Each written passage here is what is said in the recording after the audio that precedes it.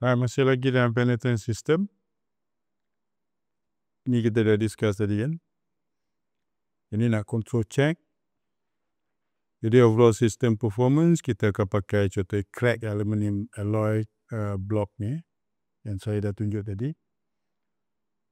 Jadi control check sini kita kena check apa? Tank. Ini kalau yang pakai teknik ada lab lah. Laboratory kan. Dia ada tank, penetrant tank, ada emulsifier tank, developer tank.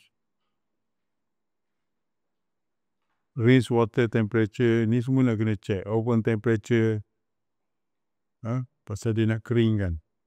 Dia pakai oven.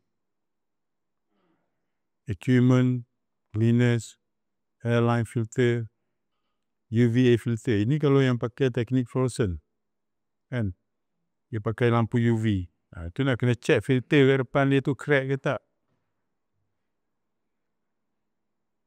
Light level ni nak kena check. Cahaya lampu kena on. Tunggu dalam 10 minit ke 15 minit. Kemudian kita check. Cahaya lampu UV tu pakai radiometer kan. Nak check dia punya intensity radiation dia tu. Cukup tak? Pasal biasa setengah prosedur dia minta sampai 1000 microwatt. Itu yang kita nak kena ukur.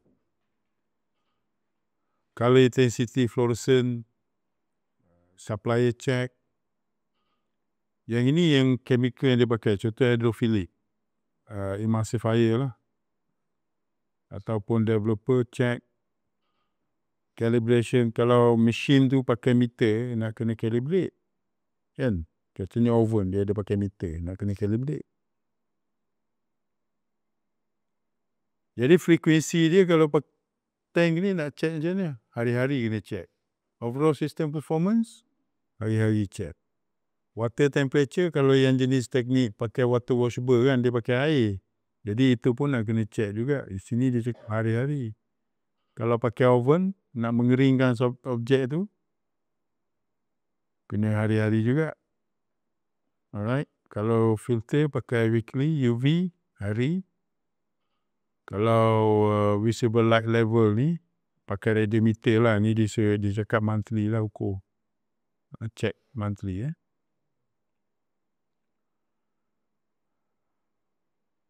Kemudian fluorescent check monthly juga. Supplier check setahun sekali lah. Hydrophilic remover when fresh dia kata. Developer daily, meter, annual. Alright, jadi dalam lampu UV ni, kalau teknik fluorescent dia pakai lampu UV. Jadi apa yang kita nak faham dari sini? Dia ada wavelength dalam nanometer. Bacaan dia dalam nanometer, wavelength dia ni. Jadi yang ini cosmic ray ni, right? Ini photon energy in mega electron volt dia panggil. Okay? Cosmic ray ni cahaya apa? Matahari lah, cosmic kan? Ni wavelength untuk X-ray, wavelength untuk gamma. Ini kalau kena ni cukup radiation yang kena tu boleh meninggal lah. Itu cerita dia kat sini. Faham Lampu UV tu dia produce dekat area sini. Dia taklah sampai kita meninggal lah, mati, tak ada. Kecuali kalau kena X-ray atau gamma ni. Ini kalau dos yang kena tu melepasi tahap dia boleh mati lah, kan. Kemudian ada visible light, infrared dan ini radio punya wavelength lah. Yang kat sini dia tak penetrate ni. Sampai sini dia tak penetrate. Cahaya dia tu dia tak penetrate badan kita. Yang penetrate bila pergi X-ray sampai kosmik ni. Jadi dalam electromagnetic spectrum ni, kalau wavelength dia dah pun 500 ke atas, ini dikira sebagai wavelength yang kita boleh nampak cahaya tu. Warna hijau, kuning, kan, merah. Itu cahaya yang kita boleh nampak. Jadi UV dia pancar dekat sini, UVA ni. Kalau bawah daripada UVA ni, iaitu UVB, UVC ni, dia bahaya sikit.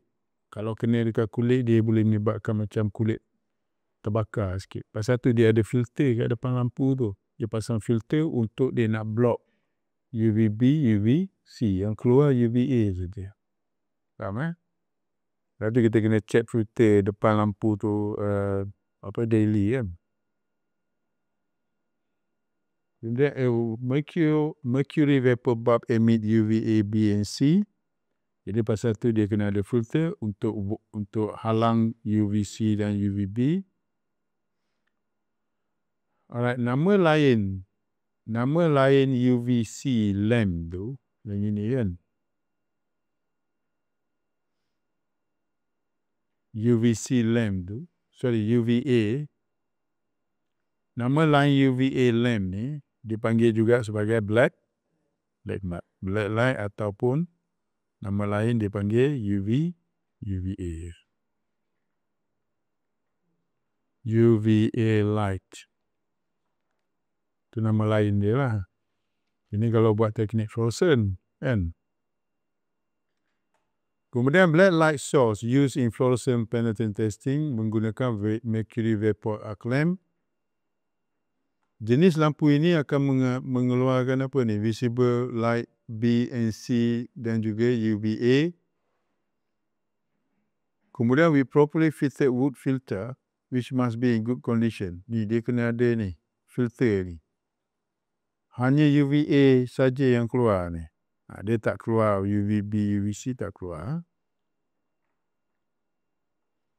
Jadi UVB, UVC ni extremely hazardous to health. This type of radiation cause skin cancer. Kan, kadang-kadang kita nampak dia macam kesan terbakar dekat kulit. Satu dia tak nak pakai lampu UV tu. Faham? Filter kena ada. Tesat berapa yang bangkap tu UV apa? Dia tak pakai UV, rasanya pakai laser tu. Kemudian dia cakap sini, never use damage ni black light source. Biasanya yang cepat rosak kalau terjatuh filter dia tu lah. UVA radiation relatively safe to work if it may cause temporary health problems such as eyeball fluorescence. Ini kalau kau tengok lampu tu lah depan-depan kan. Lampu tengah suluh ke bawah macam tu, kau pergi itai bawah dia. Memang jadi macam ni lah. Dia panggil eyeball fluorescence ni, dia macam tak nampak apa-apa sekejap.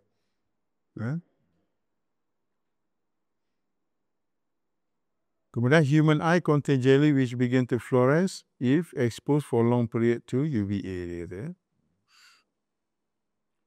This fluorescence cause clouded vision but effect is temporary. Dia tak adalah permanent dia tu, tapi temporary kau akan buta sekejap lah kot. So dia kata sini untuk safety jangan lihat directly pada black light itu. Elakkan daripada skin exposure yang tak perlu. Kemudian mesti ada filter. Jadi filter tu dia akan hanya mengeluarkan UVA saja pada range 320 hingga 400 nanometer. Kemudian dia cakap kat sini prinsipal dia adalah 365. Ini maximum wavelength dia. 365. Dia keluar 320 400 kan. Tapi yang paling maksimum 365.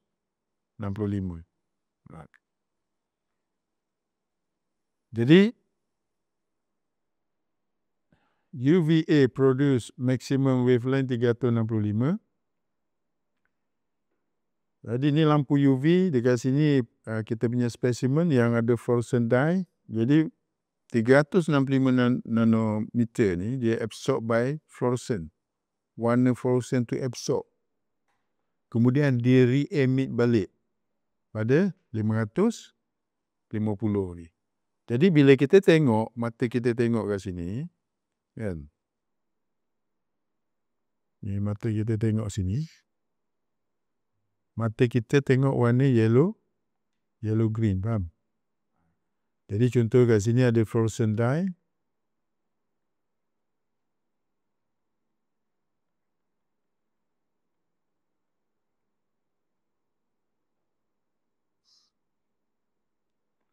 Jadi maksudnya fluorescent dye absorb 365, re-emit pada 550.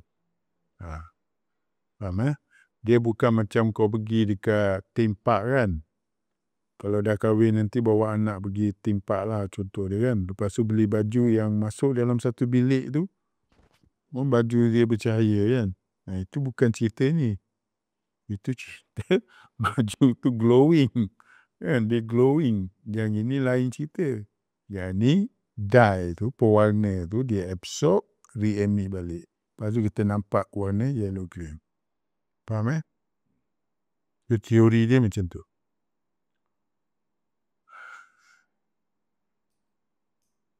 Kalau dia keluarkan warna ini 660, dia jadi orange pink. Ini biasanya dalam ni dua penetrate ni. Faham? Warna dia warna orange pink. Kalau yang fluorescent dye dia warna yellow green. Itu warna fluorescent.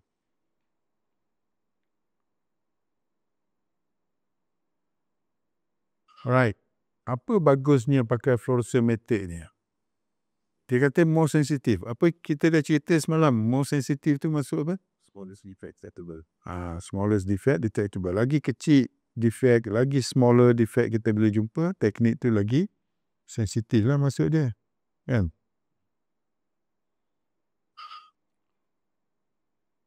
Fluorescent method cost less operator fatigue. They are more suited to batch inspection. Jadi dia kata teknik fluorescent ni bagus dia operator ataupun technician yang buat kerja tu dia tak adalah kalau lama-lama sangat dia tengok tu mata dia letih. Tak. Dia kata boleh buat longer inspection dia kata.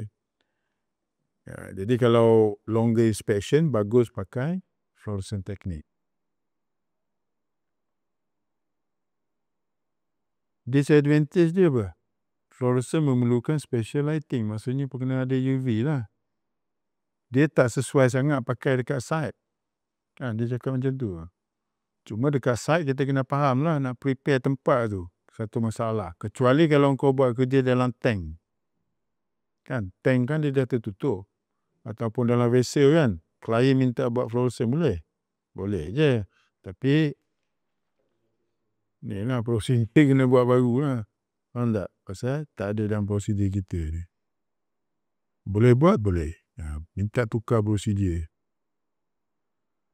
It can be difficult to monitor removal of excess penetrant. Special lighting is needed, dia kata. Jadi, pasal tu kalau kita buat teknik fluorescent ni, bila kita nak buang excess penetrant tu, kita kena suluh dengan lampu UV juga nak pastikan bahawa keseluruhan excess penetrant tu dah pun kita buang. Nak pastikan. Fluorescent dye much less chemical stable berbanding dengan divisible dye. Kemudian fluorescent ability can severely reduce by exposure to UVA, sun, high temperature, acid dan alkali. Dia kata sini fluorescent dye ni, fluorescent dia punya ni dye dia tu severely reduce. Dia punya performance dia tu akan berkurang dengan teruk lah. Bila mana terexpose pada UV, sunlight, high temperature, acid dan alkali. Pasal tu kalau kita buat teknik tank kan dalam lab kena tutup. Kan? Alright, ini contoh penggunaan ini kalau tak salah dia panggil 10 panel ni.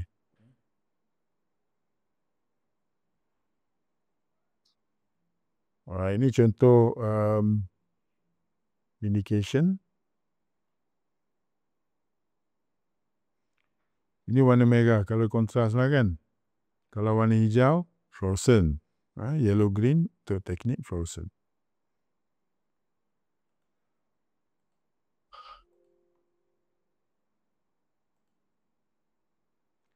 Right, kita masuk dekat lagi satu ni, viewing condition.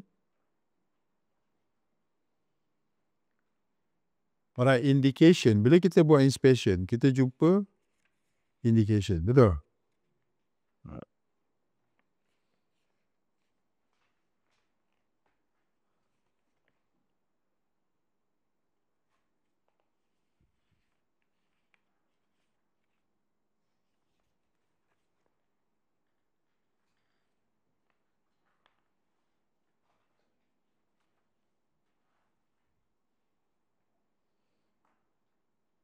Alright, baca 9.3 tu. Ni, siapa? Hazri. interpretation. Field interpretation should be made not less than 10 minutes or not more than 3 minutes. Yes, the face will be closely observed under viewing condition specified 5.0 to assist in determining the extent of the indication. Alright, explain.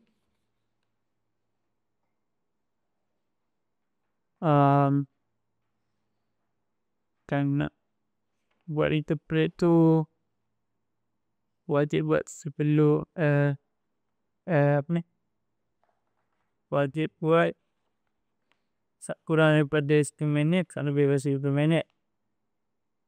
Lepas tu dia sampai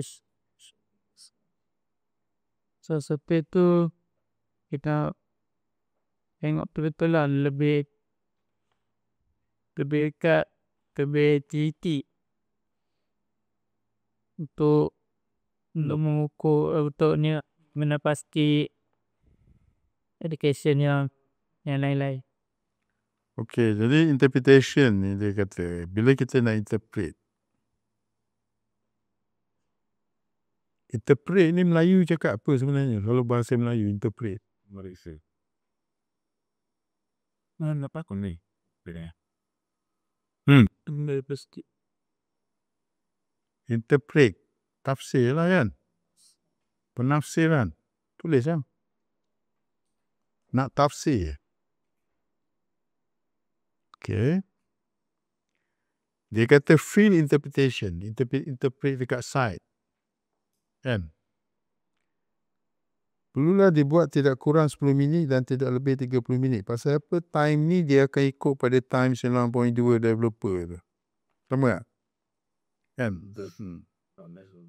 Kemudian surface shall be closely observed. Jadi permukaan itu mestilah di observe ni, perhatikan dengan lebih dekat di bawah viewing condition yang dinyatakan dalam 5.0 untuk membantu menentukan indication tu. Faham tak? Jadi bila kita buat interpretation, maksudnya kita kena check betul-betul ini indication ni apa sebenarnya ni.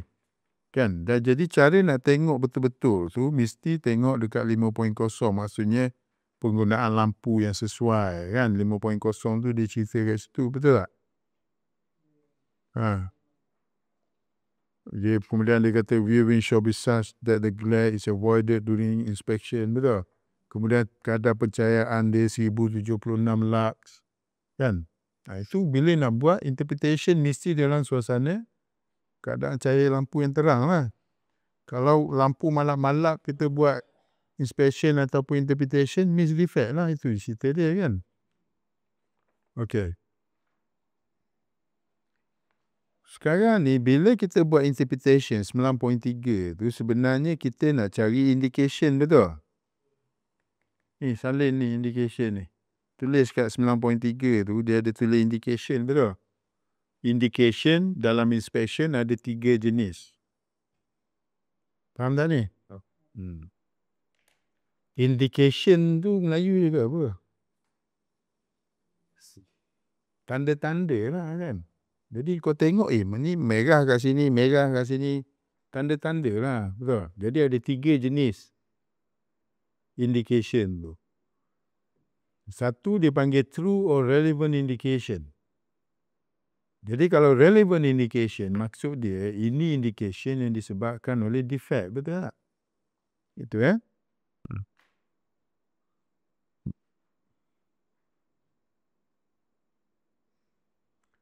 Kemudian ada juga indication yang dikatakan sebagai non-relevant indication. Non-relevant indication ni indication disebabkan oleh assembly ataupun geometri komponen.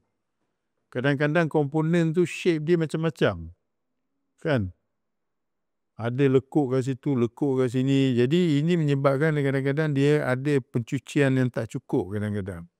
Cuci tak cukup. Kan macam korang buat tu. Kan penuh dekat tepi tu. Tu welding tu kan.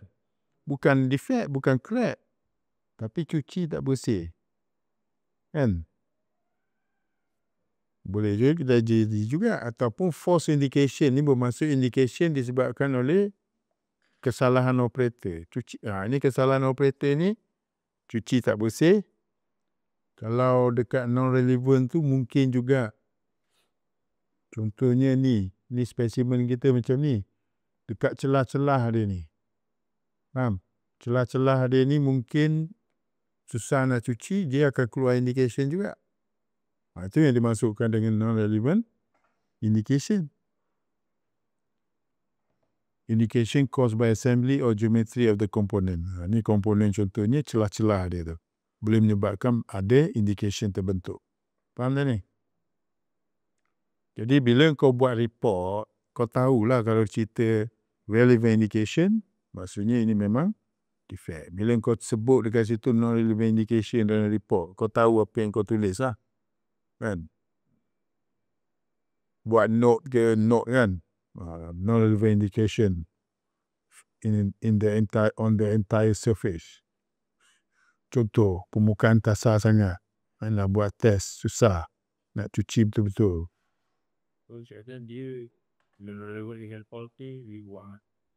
Dia kita boleh katakan lebih kurang, tapi beza dia kat sini, force tu boleh dia pergi pada cuci tak bersih, cleaning. Non-relevant tu disebabkan oleh objek tu.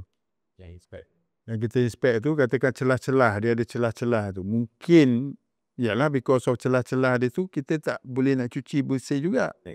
Tak boleh nak access. Jadi itu menyebabkan ada non-relevant indication. Secara umumnya, kita boleh katakan non-relevant dengan false ni, bila kita cuci tak bersih je. Itu sebenarnya kan. Alright. Faham kat sini ya? Tulis kat sini ni, ada indication. Cerita indication tu kau pecahkan kepada 3 benda ni. Alright, terus. Alright, yang ini dia explain apa yang dimasukkan dengan true ataupun relevant indication. Jadi indication contohnya disebabkan oleh defect lah. Continuous line ni biasanya kalau crack yang bersambung, contohnya crack, dia bersambung, dia panjang. Biasanya crack dia kata. Cold shut. Kan? Cold shut ni, ini defect kalau kita buat dengan casting. Ini defect casting, cold shut ni. Forging lead, defect, forging. Scratch ataupun die mark. Intermittent line biasanya disebabkan oleh apa? Some metal working process or liberal application of developer. Rounded biasanya porosity lah. Ataupun crack yang terlampau dalam. Dia keluar dotted. Contohnya tadi ada tak contoh? Tak ada. Small dot caused by pinhole ataupun porous nature of the test object ataupun artikel tu test object lah. Kan? Ada dotted. Pinhole dia kata. Non-relevant, dia kata senang nak kenal ni, dia kata non-relevant. Disebabkan oleh dia berkait dengan features, assembly atau geometry. Biasanya muncul dekat permukaan, fabrication ataupun casting seperti permukaan yang kasar. Genuine bleed out of penetrant but it's not from discontinuity in the product. Dia kata nampak macam ada bleed out ni, tapi bukan cacatan produk tu. Contohnya dia kata key, splice, rivet. Kau buat inspection ada rivet kat situ kan. Rivet tu dia akan menyebabkan ada tu kumpul penetrant dekat bahagian bawah dia tu. Ataupun wear profile. Wear profile contoh kau tak cuci bersih dekat tool. Ataupun dekat atas weldment tu kan dia ada ripple, riak dia tu kan. Tak cuci betul-betul. False indication biasa disebabkan oleh operator fault seperti apa? Poor washing, water washable, penetrant, contamination caused by fluorescent ataupun color spot from operator hand. Kat tangan dia ni ada penetrant. pergi pegang sampel. Melekat lah. Jadi lepas tengok ada indication. Contoh.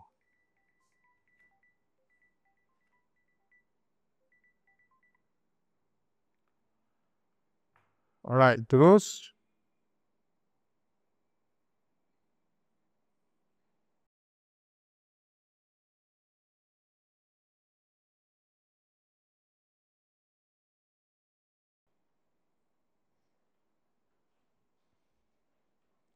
alright. Yang ini kita nak tengok sikit lah. Penetrant testing equipment, various type, size equipment available to carry out penetrant testing.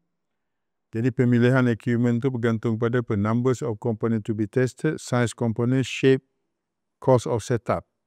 Ni berapa duit nak pakai nak setup ni.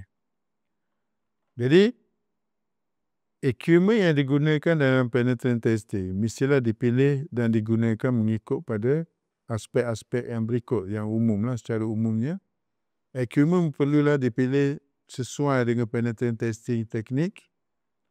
All relevant health safety environment requirements should be complied. Kemudian application should be accordance with the requirement of relevant code, standard and procedure. Types of equipment, fixed, portable, auxiliary equipment. Yang ini contoh yang pakai dalam lab.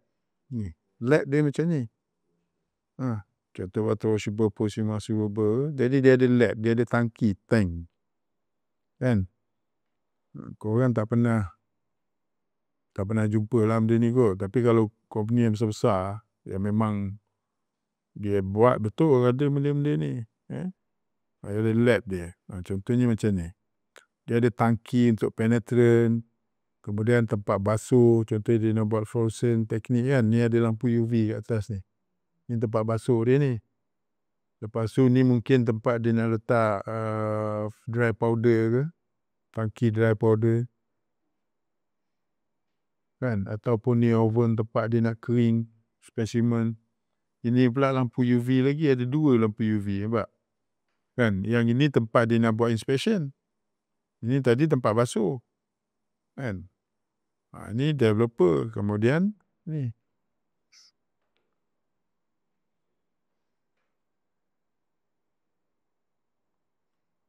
Jadi selection teknik, sensitivity pada testing diperlukan, surface condition, tadi dah kita dah discuss slide yang tadi tu.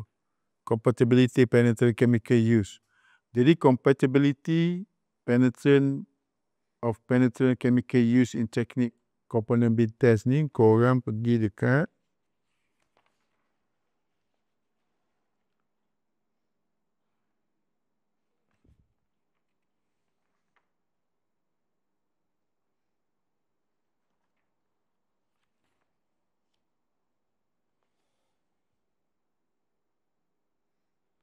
Part 4.3, 4.31, 4.32. Itu masuk compatibility. 4.31, 4.32 yang mana bercerita tentang apa sulfur dengan tu kan, yang bawah tu chlorine, fluorine tu kan.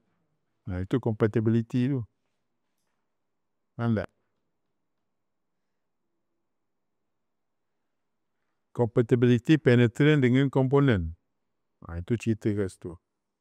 4.31, 4.32 jadi kadang-kadang nak pilih spesimen ni, penetrant jenis ni boleh pakai ke tak dengan material ni. Itu maksud dia kan. Jadi contoh kalau material dia kata nickel based alloy, dia kata pastikan chemical yang kita pakai tu sulfur dia paling rendah lah, 0.1. Sulfur free lah kot. Kan? Kalau material kita nak inspect tu austenite, stainless, titanium, make sure chlorine dengan fluorine tu kurang daripada 0.1 kan. Kat mana nak tahu ni? Semalam dah cerita ni. Kat mana nak tahu berapa persen? Data sheet. Chemical data sheet. Boleh tengok kat situ.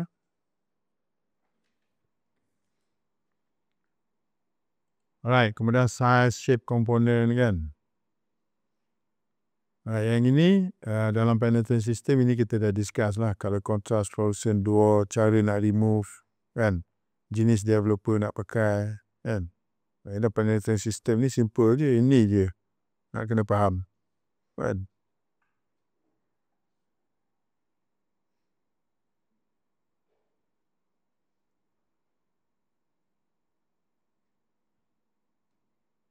Alright, contoh kat sini dia kata nak pilih sistem ni. Pemeriksaan pada last number of threaded component dia kata. Oh dah screw lah ni. Kan?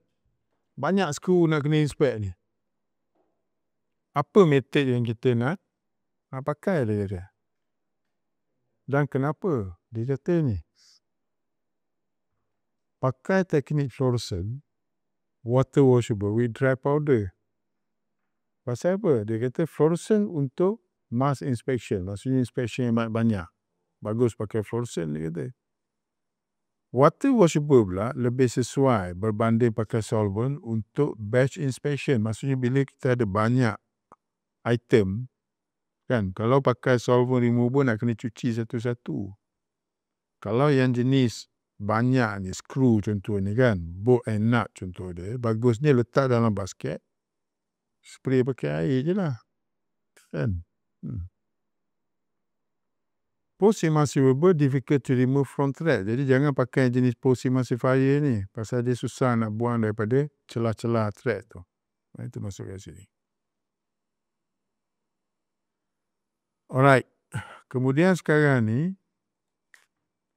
kita nak inspect tubing blade untuk fatigue crack. Tubing blade tu, tubing blade. Kipas besar-besar lah. Kipas. Kipas besar lah. Turbine, turbine blade. Jadi untuk cari fatigue crack, apa method yang kita nak cari ni, nak buat ni? Fatigue crack. Teknik fluorescent. Kenapa fluorescent? Pasal dia very fine crack. Fatigue crack adalah very fine crack. Jadi kita pilih teknik fluorescent. Bagus, more sensitive. Lagi?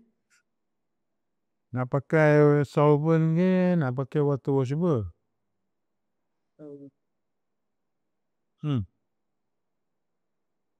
Fluorescent post emulsifier with non-aqueous developer. Non-aqueous ni yang jenis solvent ni.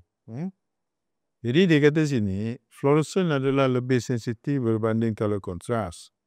Post emulsifier ataupun post emulsifier lebih sensitif berbanding penggunaan water washable. Kemudian non-aqueous developer adalah paling sensitif. Jadi sekarang ni bila kita nak cari fatigue crack, kita guna sistem yang semua tu adalah sistem yang sensitif. Senang nak nampak benda yang kecil-kecil ni. Faham je tu?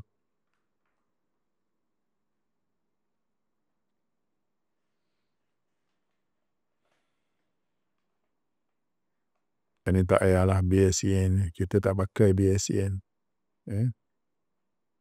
Alright, control check equipment. Penetrate emulsifier developer UVA light. Jadi dia kata nak check contamination dekat penetrant ni, ini kalau kita pakai yang jenis tank ni. Kan? Pakai tangki kan. Jadi nak kena check, dia suruh check daily dia kata. Nak check apa? Check ni lah. Precipitation, waxy, white coloration, surface scum.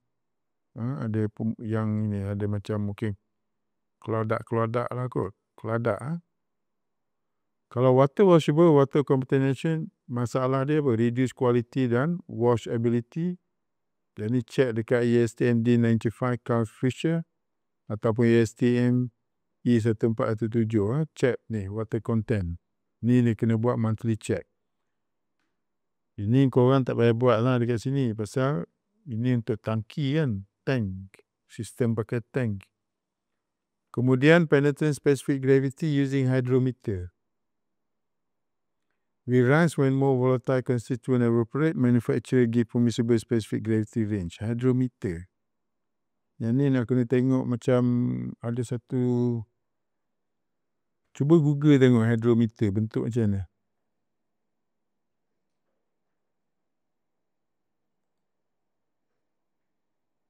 Sini tak ada, sekejap saya tengok kat sini. Hydrometer.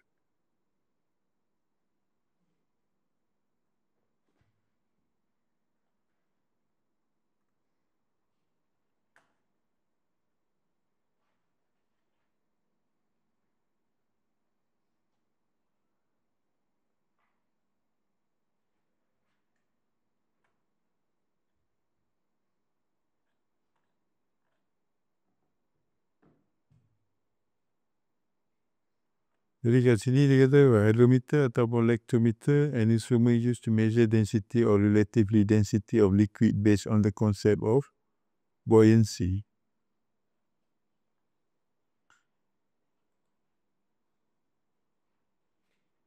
Ni kot, ni hydrometer.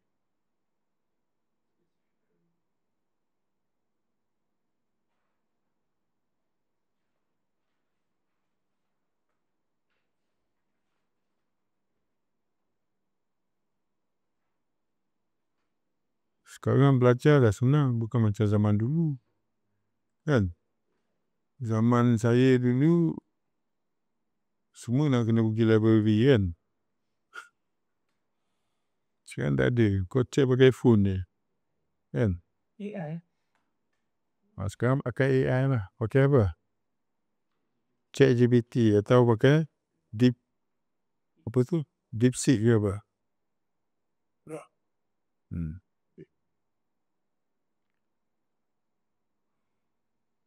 Alright, color intensity nak check pakai apa? Compare new dengan unused. New dengan unused penetrant with new unused penetrant. With that penetrant campur dengan 100 ml dichloromethyl dia tu. Use and unused penetrant. Kemudian compare dalam Nestle tube. Cari pula Nestle tube.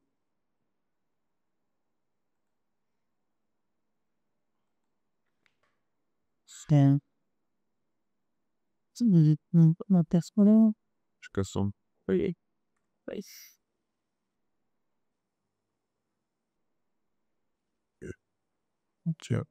Dia kata Nestle cylinder, also named color comparison cylinder or color comparing cylinder, are laboratory tube with fixed volume made of glass with optical plain bottom.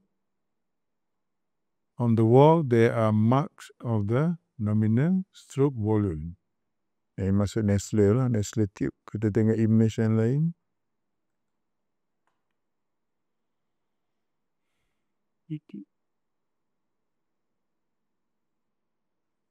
Dia macam tabung je ni, kan?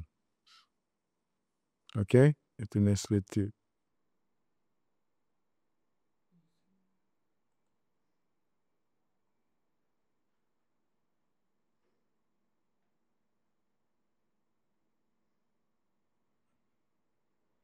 Yang ni check apa fluorescent, check for color fluorescent intensity under UVA light. 2 filter paper soap, test penetrant, standard penetrant. Dry in oven, then view under UV. Yang ni simple sikit. Fluorescent kan? Emulsifier, 3 main check. Dia kata using Sherwin 10 panel. Hydrophilic removal view chemical bath ataupun using refractometer. Okay. Water wash, temperature keep below water spray or contamination. Okay. Developer ada 3 jenis, non-aqueous ataupun solvent, aqueous dry powder. Non-aqueous ataupun solvent ni dia kata basic check shelf life. Biasa dekat spray can tu ada dia bagi tahu apa expired dia. Cuba tengok kat mana? Belakang. Itu expired bila tu? Tahun 29 4 tahun lagi. Jadi nak check ni dia kata content can be suspended after agitation, kemudian no leak around nozzle. Cuba tengok developer. Buka tudung. Ada bocor tak dekat sini? Kan. Kita ada masukkan no leak around nozzle. Kita nak check kan. Concave bottom dia kata. Wah. Okay. Dia tak boleh flat. Faham? Dia kata concave kan. Belakang. Betul lah. Manufacturer ni buat.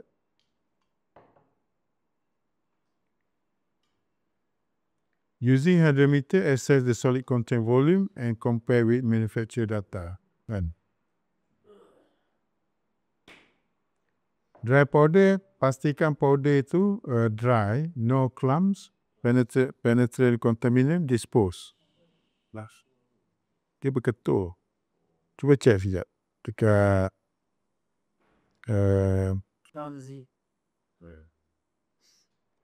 Tadi lebih because of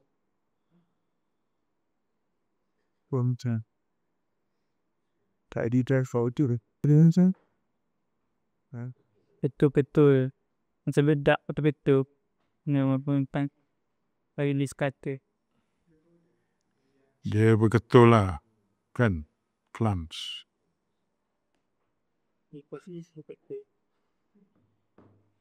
Jadi kalau nak buat performance check, banyak ni ARB block, 10 panel. 10 panel yang tadi yang saya tunjuk yang ada 2 tu.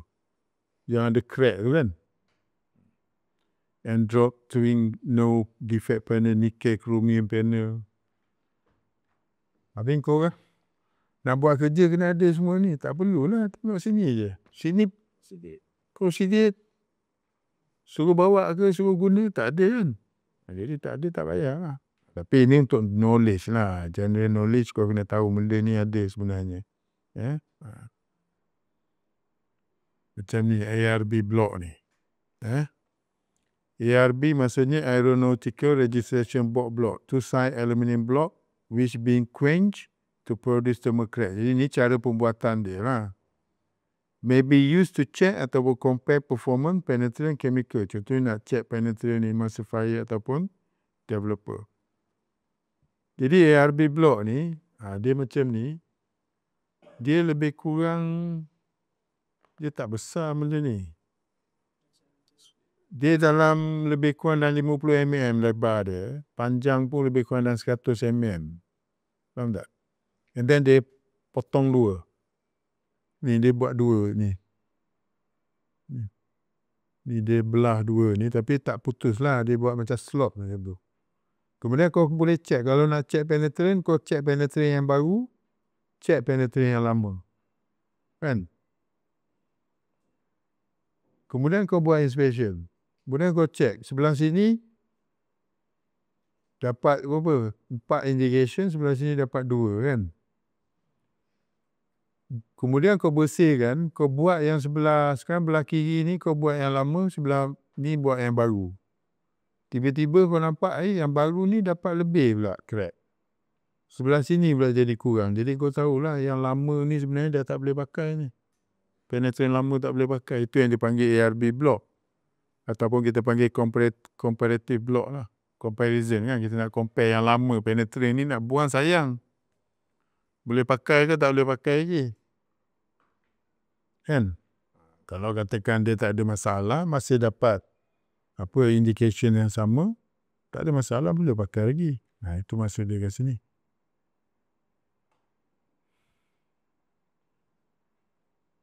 Okey, yang ini pula 10 panel. Yang ni yang ada crack, ada 5, ada 1, 2, 3, 4, 5 ataupun dipanggil Sherwin panel ni. Yang ini kita nak check sama je. Yang baru dengan yang lama. Kalau yang lama kita check dapat 2 je indication. Contohnya dapat sini 1 je. Kan yang lama dapat 1 je. Tapi kalau check dengan penetrant yang baru semua dapat. Nak pakai ke penetrant yang lama? Tak boleh lah. Pasal sensitivity dah kurang pula. Performance dah kurang. So ini contoh-contoh equipment lah yang biasa kita guna untuk check performance chemical yang kita pakai, penetrant, developer ataupun cleaner. Alright, habis. Data dia dah habis lah. Okay. Ada masa sikit gini.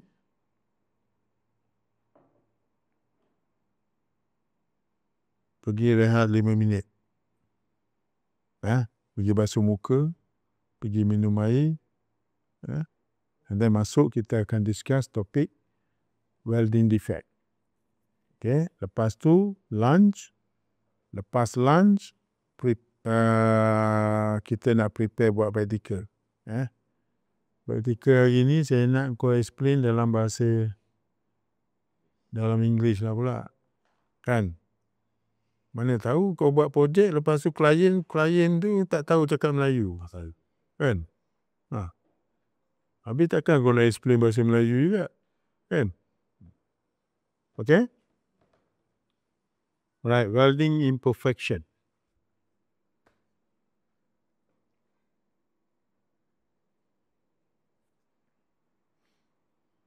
Right, sekarang saya nak tanya ni. Apa beza imperfection, discontinuities,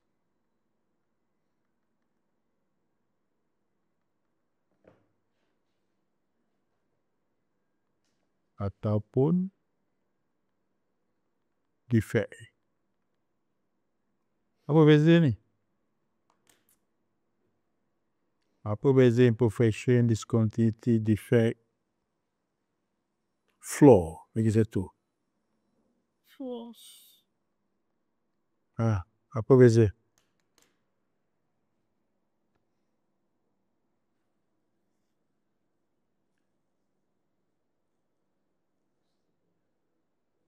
Ini dia.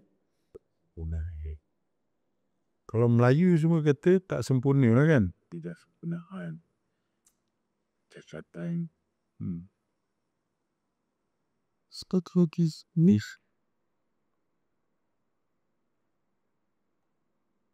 Okay, sedap. Saya cari tempat nak explain ni.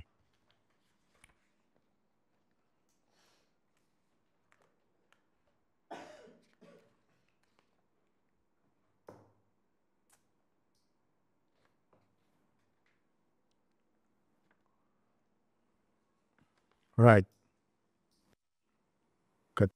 Kita buat testing. Kan?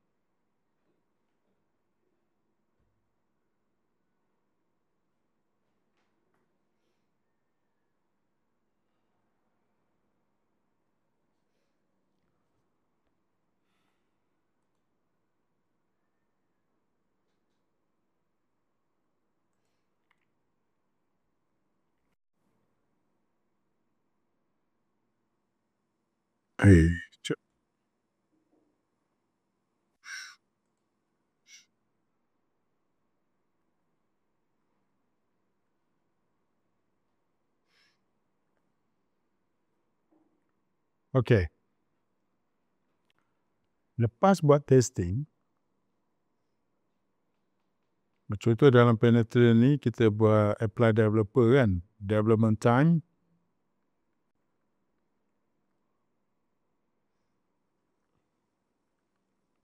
kena immediately kena buat inspection kan.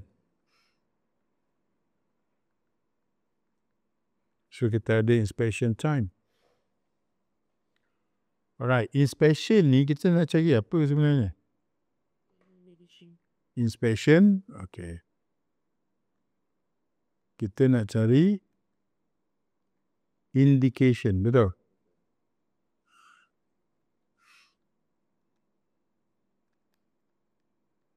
Okay. Bila kita jumpa indication, kita nak kena buat apa? Interpret lah.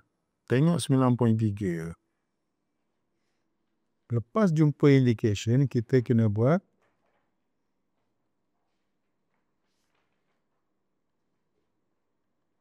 betul?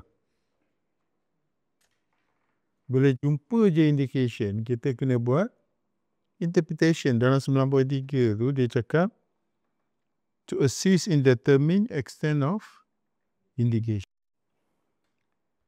Jadi indication ni ada berapa sini? 3 lah. Kan?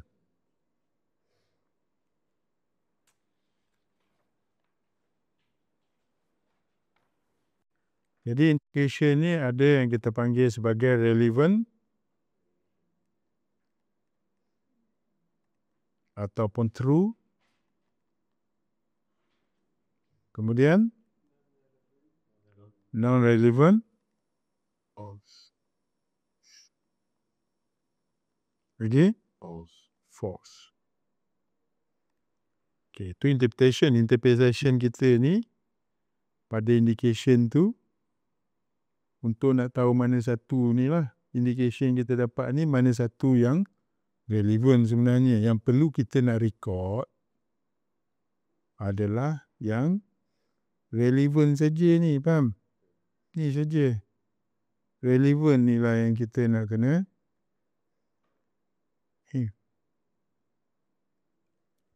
interpretation kita hanya pergi dekat relevant.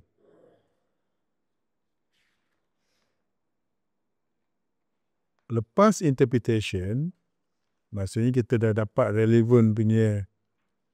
Sekejap. Yang ni saya buang sikit.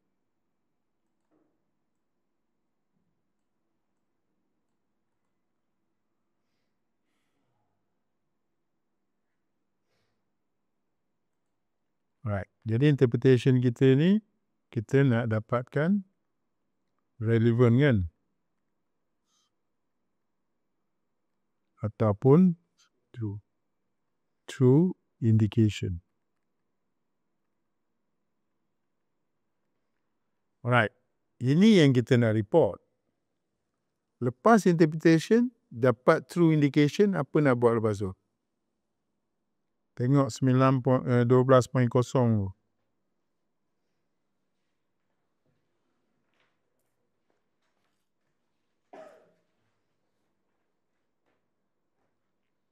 tu. Kita kena pergi evaluation kan.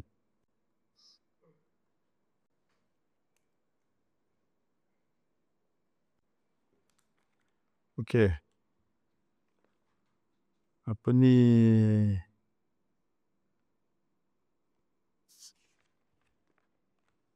Hazrain. Baca. 12.1. All indications should be categorized to the following. A rounded indication, the length of indication is equal to or less than 3 times of the indication. Y. B linear indication, the length of indication is greater than 3 times of the indication width. Okay. Explain. Indication ni kita perlu categorize dengan dia. Ada satu yang pertama, satu round indication ni oro. So the length of the indication is equal to or less than 3 times of indication width. So maknanya length dia tu dengan atas bawah. Satu-satu lah apa dia? Rounded indication is equal to or less than 3 times of indication width. Dia tak kena sama dengan panjang. Jadi maksud dia macam ni lah. Kalau kita tengok rounded indication, tafsiran benda tu round. Benda tu round bulat apabila length dia ni kan berbanding dengan lebar dia ni. Dia cakap apa situ? Sama atau less less than 3 kali. Ni. Maksudnya length adalah sama dengan lebar ataupun length itu kurang 3 kali lebar. Faham tak ni? Length tu kurang 3 kali lebar. Okey, contohnya kalau lebar dia ni katakan contoh 3 lah. Nak ambil cerita senang. 3 mm. Kan? Length dia ni boleh jadi 3 juga. Kan? 3 mm. Pasal dia kata equal kat situ. Ataupun dia kata kurang daripada 3 mm tu. berbanding dengan lebar dia. Faham tak ni? Sama ada 3 sama ataupun kurang 3 mm lebar tu. Besar 3 kurang. Ataupun dia sama dengan lebar ataupun dia kurang. Ataupun mungkin kita boleh ambil macam ni. Sini 10 mm contoh. Lebar 10 mm. Panjang dia boleh jadi 10 mm. Ataupun kurang 10 mm. Faham tak ni? Jadi benda ni dia merujuk kepada benda yang rounded. Faham tak? Indication yang round. Okay? Kalau yang bawah tu linear indication panjang, indication lebih daripada 3 kali lebar. Faham tak ni? Contohnya macam ni. Ni 1 mm lebar. Panjang dia lebih daripada 3 kali. Mungkin 4 mm. Kan? Itu maksud linear. Linear benda yang panjang-panjang lah. Linear indication. Tarifan dia tu, dia takrifkan.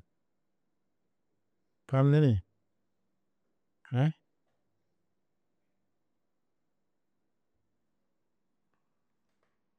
Okey, terus. Kira kisah kalau yang ni kalau let's say sakit ni lebih lebar. So panjang dia tu Mesti lebih daripada 3 kali. 3 kali lebar. Contohnya kalau lebar dia 1 mm, dia mesti 4 mm lah. Kan? Betul tak? kira kalau let's say kata kalau dia kurang, tak relevan lah. Dia bukan masalah relevan tak relevan. Dia takrifan dia untuk nak kata benda ni defect yang memanjang ataupun defect yang bulat. Dia dah relevan sebenarnya. Benda tu dah relevan. Sekarang ni kau nak kata benda ni linear ke rounded? Kategori dia rounded ke kategori linear? Faham tak ni? Yang sekarang kau nak kena evaluate adalah defect. Kau dah tak peduli lagi ni dah. Non-relevant force ni kau dah tak peduli, tak perlu ambil tahu lagi dah. Bila dah pergi dekat evaluation tu.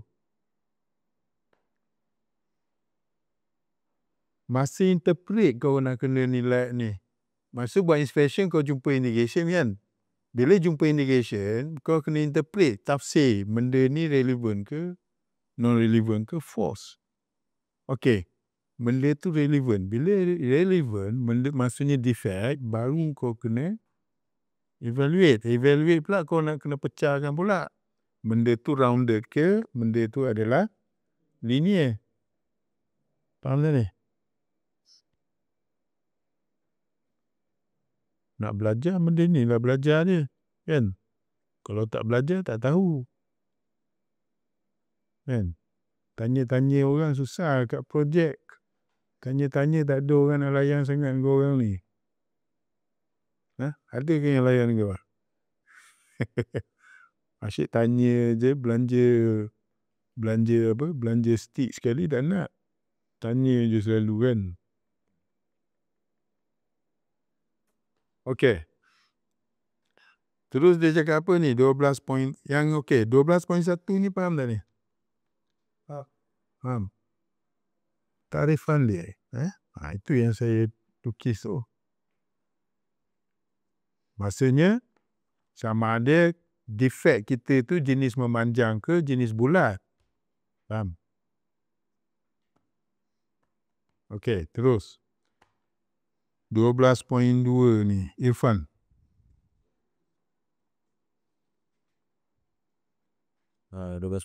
Indication obtained in or adjacent area shall be evaluated in accordance with the requirements of the referencing code section and will include limit inclusions and trap of element. Accepted that shall be evaluated. Indication yang dapati sama ada dalam atau resistance Bersebelahan dengan area perlu di mandatory di evaluate dan Introduce. Alright, kalau interpret tu tafsir kan. Evaluate apa? Nilai kan, penilaian. Tu beza perkataan tu. Inspection, interpretation, evaluation. Kan? Okey, terus. Perlu di-evaluate dinilai in accordance with the berlandaskan Kehendak tu, requirement tu. Kehendak requirement. requirement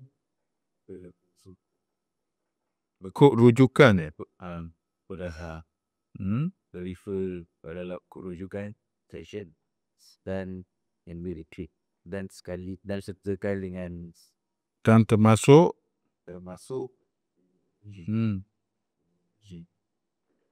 linear indication, linear inclusion, maksudnya inclusion yang memanjang dan juga crack pada sebarang length dia tu lah, panjang dia. Jadi 12.2 dia cakap indication yang diperolehi di dalam ataupun di bersebelahan kawasan yang kita evaluate tu mengikut pada kehendak kod yang kita rujuk, yang mana akan termasuk linear inclusion dan juga crack pada sebarang jarak lah ataupun length panjang dia tu. Ni Wafa. Wafi. 12.3. All indication found during inspection shall be evaluated in accordance with a certain criteria. Semua indication yang dijumpa dalam pemeriksaan hendaklah dinilai mengikut keperluan kriteria. Okey. Kriteria yang kita terima lah. Alright, 12.4. If the questionable indication or broad area of penetration estimation of penetrant bleed out, the area shall be cleaned and examined until an indication can be identified as false, non-relevant or relevant indication.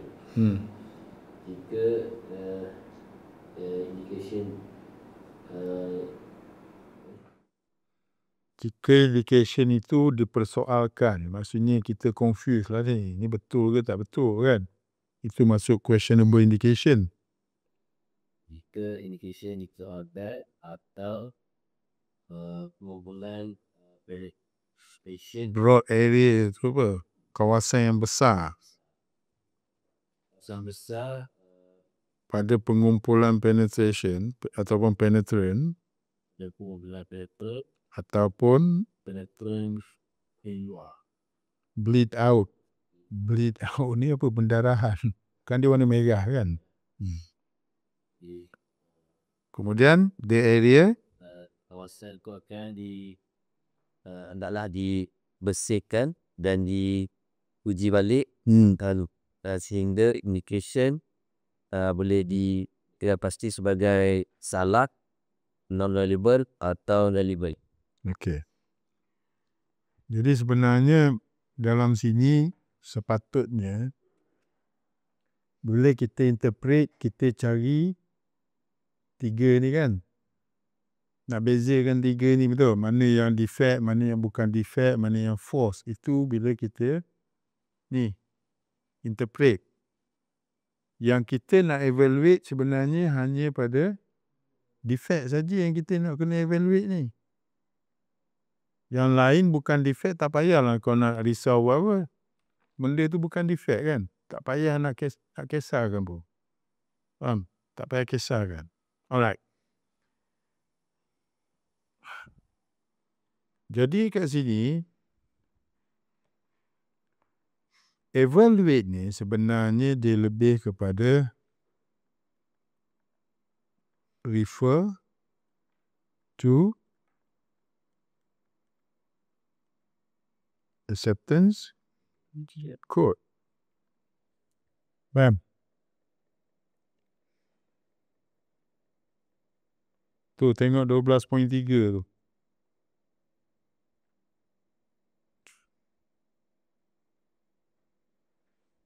All indication found during inspection shall be evaluated in accordance with acceptance criteria. Sebenarnya statement tu question dia sepatutnya lah.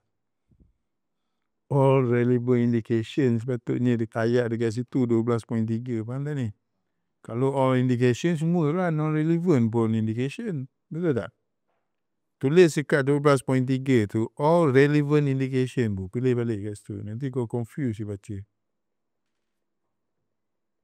12.3 tulis all relevant. Tulis. Tambah sikit kat situ.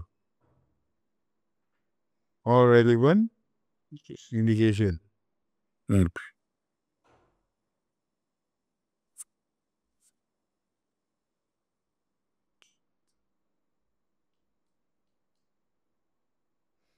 Boleh? Okay?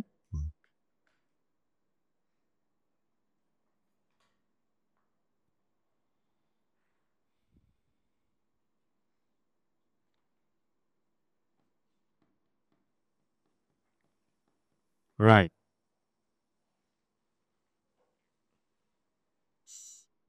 Jadi sekarang evaluation kita kena refer acceptance code untuk nak accept atau reject. Faham tak ni? Jadi ini untuk nak sama ada kita nak accept ataupun kita nak reject. Faham? Okey. Jadi berbalik kepada persoalan saya yang awal tadi tu.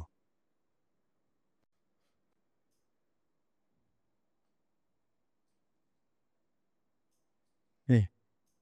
Apa beza imperfection, discontinuity, defect dengan flaw ni?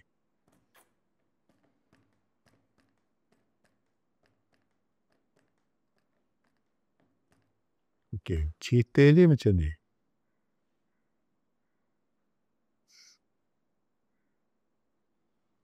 Mana nak tulis ni?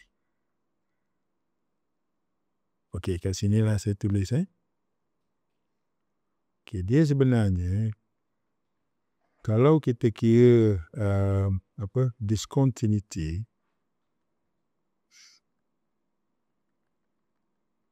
ataupun imperfection,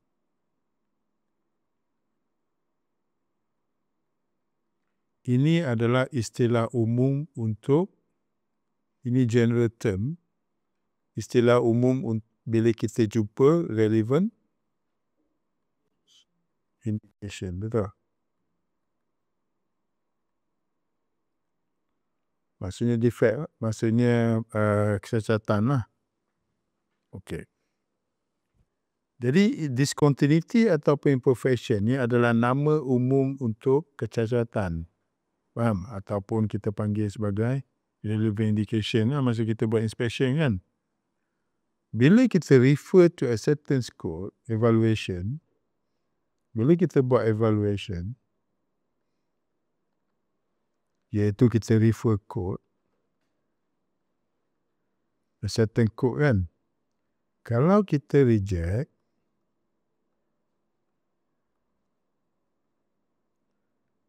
imperfection tadi tu kita akan panggil sebagai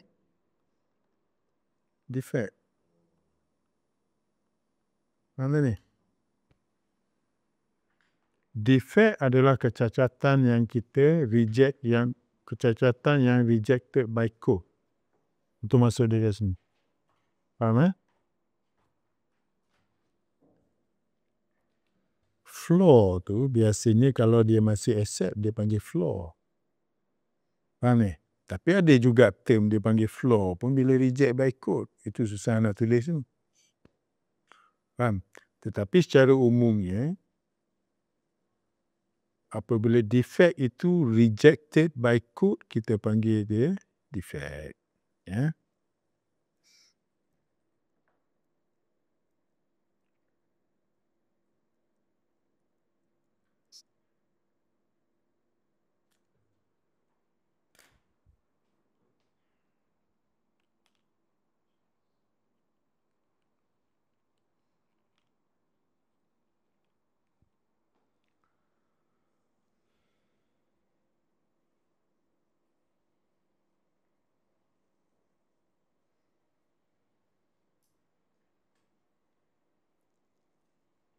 accepted by court, flaw.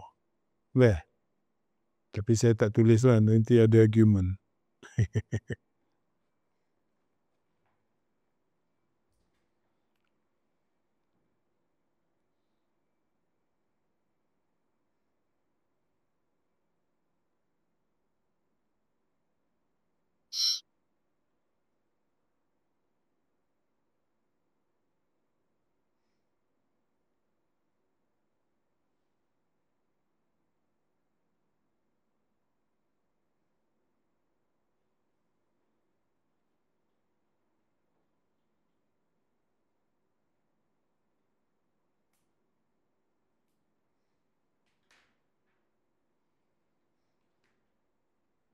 Dah habis tulis?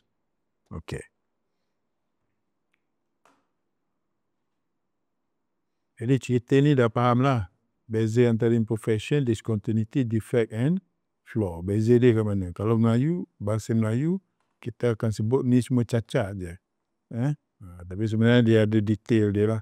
Kat mana nak guna kataan defect dan sebagainya. Okey?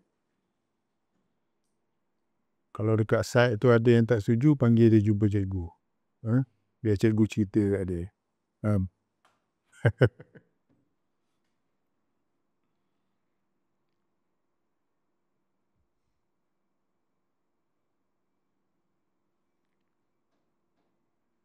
Alright, kemudian jadi cerita ni kita dah habis Cerita ni dah faham okey.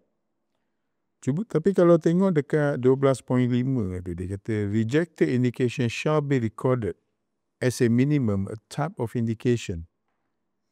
Length, diameter, align.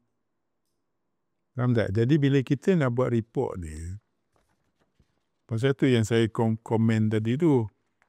Kau punya ni kan, tak cerita apa. Kan? Length pun tak bagi tahu.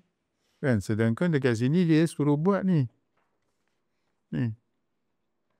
Kan? Length, sebagainya lah. Sama ada dia rounded ke, dia linear ke, apa jenis defect tu. Boleh?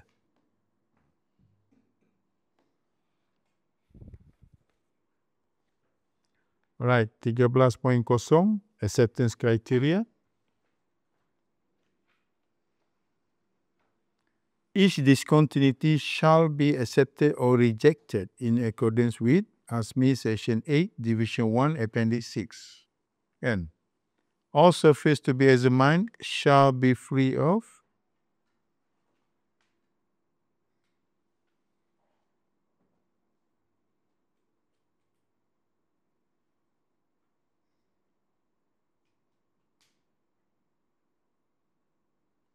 Okey, dia kata kat sini, all surface to be examined shall be free of relevant linear indication. Jadi kalau ada relevant indication, reject lah. Kan dia kata all surface to be examined shall be free of. Kan? Kalau ada relevant indication, maksudnya defect. Maksudnya imperfection. Reject lah.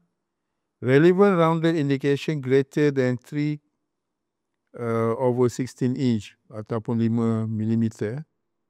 Dia kata apa-apa rounded indication yang lebih daripada 5 mm. Kan? Ni accept kena reject ni. Reject lah. Kan? 4 or more relevant rounded indication in a line separated by 1 over 16 inch ataupun 1.5 mm or less is to H.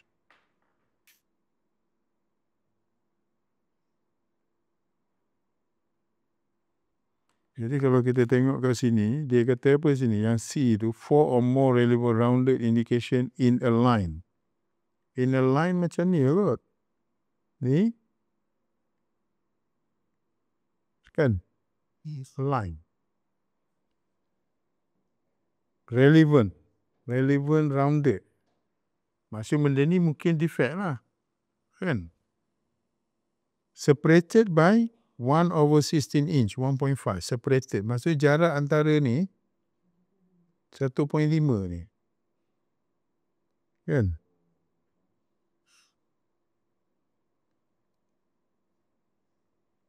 or less ataupun 1 mili ke edge to edge. Kan ada 2 rongga kan, contohnya ni rongga bulat, ini bulat kan, edge to edge maksudnya apa, tepi-tepi lah, kita ambil lah 1.5 kan, betul?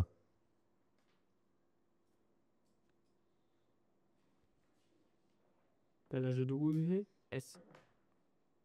4 or more relevant rounded indication in a line separated by, yang ini yang kita nak record ni, faham tak? All surface to be examined shall be free of.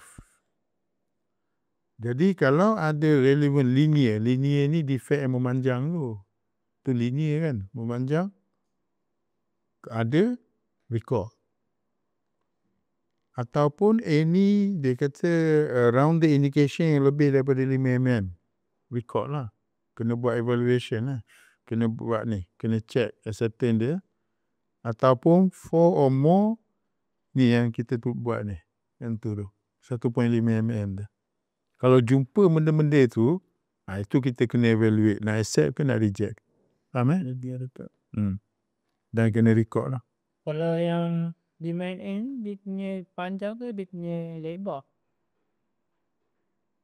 Ini sebenarnya rounded, dia tak kisah panjang lebar, Tak kisah. dia kira diameter lah tu, 5 mm. Ni dia kata relevant rounded indication greater than 5 mm. Itu kita perkirakan diameter pasal dia rounded, kan?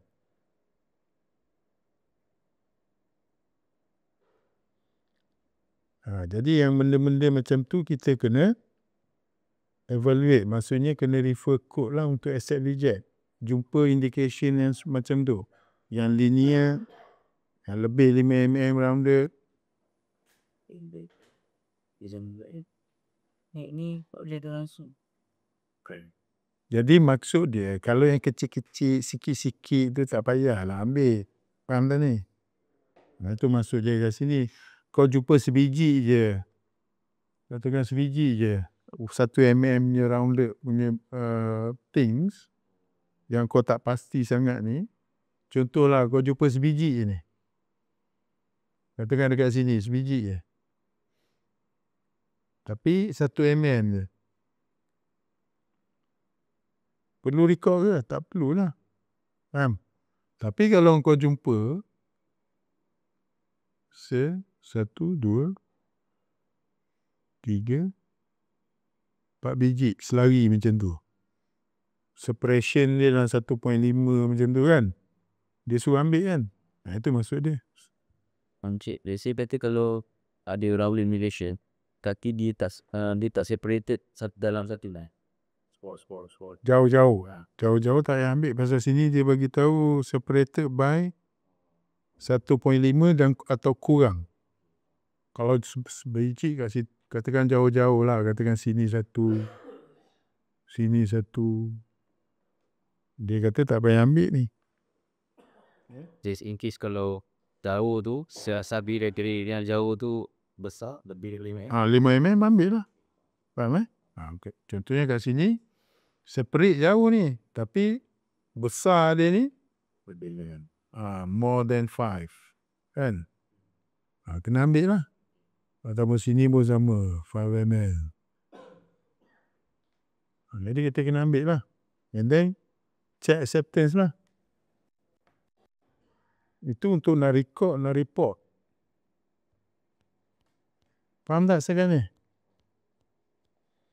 Jangan nanti semua benda yang kau nampak kau nak record, nak ambil, nak report, nak evaluate kan, benda yang tak perlu, benda yang kecil-kecil sebenarnya dia kira sini tak perlu ambil pun, benda yang terlampau kecil-kecil dia panggil macam pop marks. Dah, cikgu dah cerita sampai acceptance kan, habis, belum lagi, ada lagi reporting, belum cerita lagi safety, belum cerita.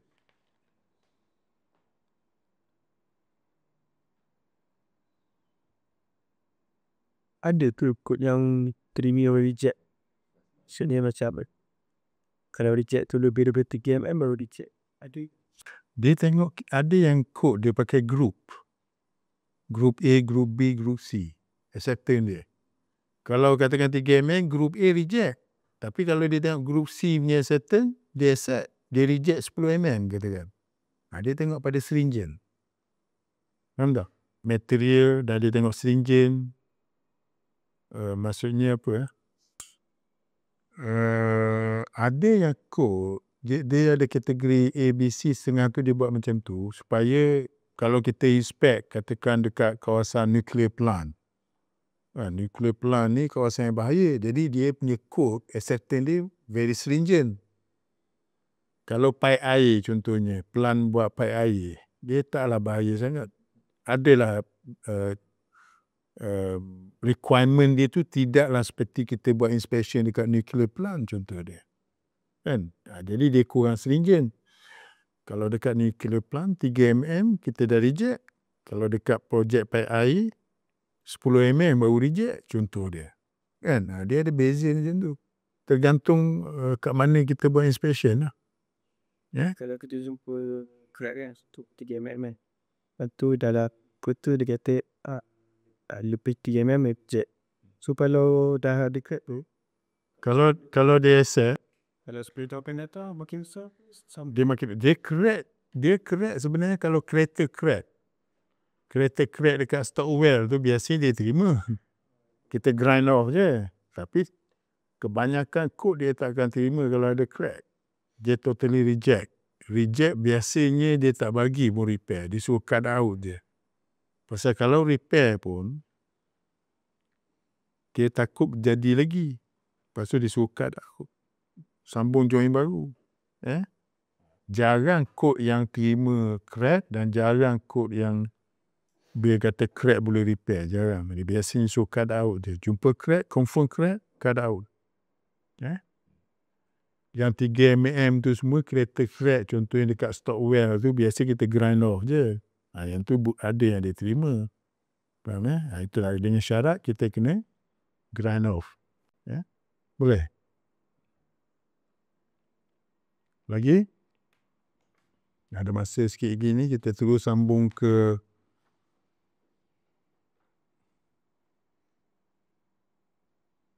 .0 lah reporting. Masuk reporting. Saya nak habiskan prosedur ni supaya korang faham. Kan? Jadi kau dah habis kelas ni 2 hari ni kau faham lah apa benda nak buat. Kan tak ada lagi kau nak tanya orang. Kan? Cikgu harap macam tu lah.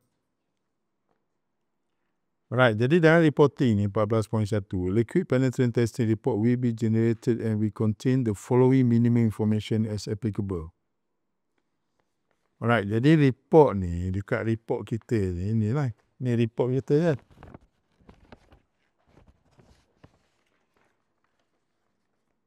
Okey, cikgu baca ni 14.1.1 kau check dekat report tu. Ada tak status tu? Procedure number and revision. Ada tak dekat report tu? Ada. Liquid penetrant type. Ada. Type of each penetrant used. Jenis penetrant aku. Jenis type of penetrant remover ada lah kan. Jenis developer. Personal identity lah. Examination personal identify. Maksudnya siapa yang buat. Examination personal qualification. Level berapa? Record of indication. Dengar kan? Record indication. Okay. Material and thickness. Lighting. Equipment. Date examination. Ada. Alright. Balik semula dekat 14.2 semua. Kemudian those discontinuity which are rejectable need to be recorded on the test report. Jadi dia masukkan sini, mana-mana discontinuity yang kita reject, mestilah kita record pada test report.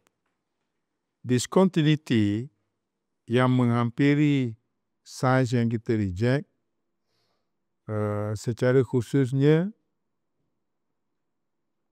bila ada kesangsian ataupun ada confusing ni dalam evaluation, mestilah juga di report. Maksudnya macam ni. ada indication kau nampak tu, ini susah lah nak, mungkin for certain reason kau susah nak evaluate benda ni, nak kata relevant indication ke, nak kata macam dia non-relevant. Susah betul nak interpret. Dia suruh record. Faham tak ni? Tapi kita kena buat note lah macam tu. Kan, kena buat note sikit. Further investigation, contohnya kita suruh pakai RT. Kan? Further investigation pakai RT atau pakai UT. Tapi dia suruh report ni, kalau ada indication yang kita confuse. Okay? 14.3, area for which complete inspection was not possible for inspection shall also be noted with the reason. Contohnya kau buat inspection ni, hujung sana tu kau nak spray susah. Terlindung. Faham tak? Sangkut dengan benda lain, contoh dia kan. Dia kata apa kat sini? Dia kata kalau tak boleh access, jadi kau kena note lah benda tu, reason kenapa. Kan? Dekat hujung sana sebahagian well tu kau tak boleh nak buat inspection ni. Mungkin terlampau sempit ke? Kan? Itu kau kena note dekat report. Apa reason dia? Contohnya ada halangan, ada plate, ada susah tercorok sana, tak boleh access, ambil gambar, attach. Kan? 14.4, setiap discontinuity yang kita reject mestilah dinyatakan indicate on the well by mark directly over discontinuity for its entire length. Maksudnya dekat sini, masa kau buat inspection dekat site, well tu, kan, kau buat inspection, kau jumpa memang itu defect. Jadi dia suruh kau marking terus dekat pipe, dekat plate situ tu. Kan tak? Biasa kita pakai permanent marker kan. Kita marking terus, tulislah apa-apa kat situ. Apa crack yang kau jumpa. At the same time ambil gambar, attach dekat report kita kan. Right. Maksudnya 15 ni dah safety 15.0 safety. Observe all warning sign, notice and regulation at work site lah. Jadi safety kalau kat projek ni, kat mana-mana pun dia adalah everybody business. Kan? Bukan bisnes kau seorang je. Everybody business. Safety, keselamatan untuk kita dan orang lain, environment, even haiwan sekalipun. Kemudian dress in proper working attire such as safety helmet, overall safety boot dan sebagainya lah. Jadi kita masuk plan, kita tahulah apa benda safety requirement daripada segi pakaian dan sebagainya. Kemudian dia kata obtain approval atau pass for entering into work area if required lah. Jadi ada certain area dalam plan tu kau tak boleh access, tapi kena buat kerja, kena ada permit. Pergilah ambil permit kan, buat permit. Ada certain tempat tu kena masuk dalam confined space contohnya kan. Kena ada permit. Alright, kadang-kadang nak kena check apa gases kan. Nak check gas, tengok permit dah expired dah. Nak kena renew, pergilah renew buat. Tapi kadang-kadang dari pagi sampai ke tengah hari tak settle lagi permit. Kan? Alright. 15.1.4 bila bekerja dalam confined area, contoh dia kata confined area ni contohnya pressure vessel. Jadi dia kata sini install ventilation fan such that supply fresh air is adequate. Bila masuk dalam confined space, make sure ada blower, ada kipas lah, and then mesti ada standby man seorang kat luar. Jadi apa-apa kau kat dalam tu habis. Kan? Pasal bila kita masuk dalam confined space, banyak bahaya kat situ. Gas. Takut ada bercampur dengan gas-gas lain kan.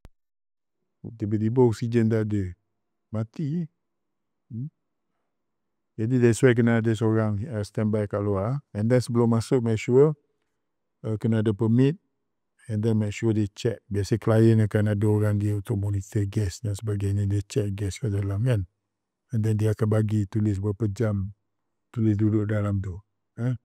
pasal kerja-kerja dalam confined space ni boleh mati. Ada kes-kes mati tau. Tekuk dia. Lepas tu requirement safety kena tengok. Kita kerja untuk nak dapat duit and then balik.